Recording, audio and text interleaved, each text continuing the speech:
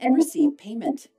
To maintain good account health, sellers should also monitor their customer service performance, Amazon policy compliance, and shipping performance. Sellers can take advantage of a range of Amazon tools and programs too. They can enroll eligible brands in Amazon Brand Registry to enjoy access to additional selling benefits and protections. They can use Fulfillment by Amazon or FBA to help deliver items to customers.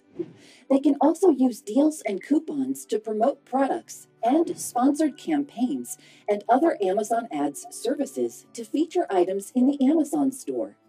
When sellers want to understand their sales better, they can use Amazon-provided dashboards, reports, and data, along with tools that let them adjust their selling strategies. To get you started on your selling journey, let's review some of the basic steps for selling in the Amazon store and explore common tools and programs. The first thing you need to start selling in the Amazon store is a selling account. If you don't have one already, visit sell.amazon.com, click the Sign Up button, and then click the Create Your Amazon Account button. On the next page, enter your first and last name, along with the email address and password you want to access your account with. Click the Next button, then check your email for a one-time password. Enter that password where it says Verify Email Address, then click the Create Your Amazon Account button to continue account registration. During registration, you'll provide information about you and your business, along with details we use to set up payment and settlement processing. You can use our list of frequently asked questions throughout registration to get help with specific selections and entries. When selecting your business type, make sure you pick the correct classification as it determines subsequent entries. And if you enter a business name, make sure it's the name used to register with your state or federal government.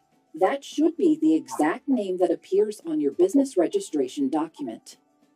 Before clicking the Agree and Continue button, review relevant policies and notices using the links provided. Next, on the Business Information page, enter a company registration number, if applicable, as well as the address for your business. Your business address should be the address. Next, enter a phone number. Then, click the button below to receive a one-time PIN via your phone. Enter that PIN in a government-issued ID, like a license or passport.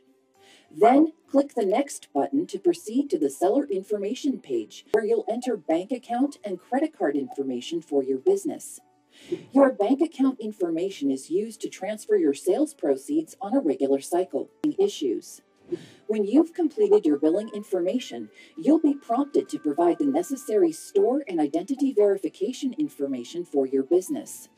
That completes the registration process, which means you can sign into your new Seller Central account.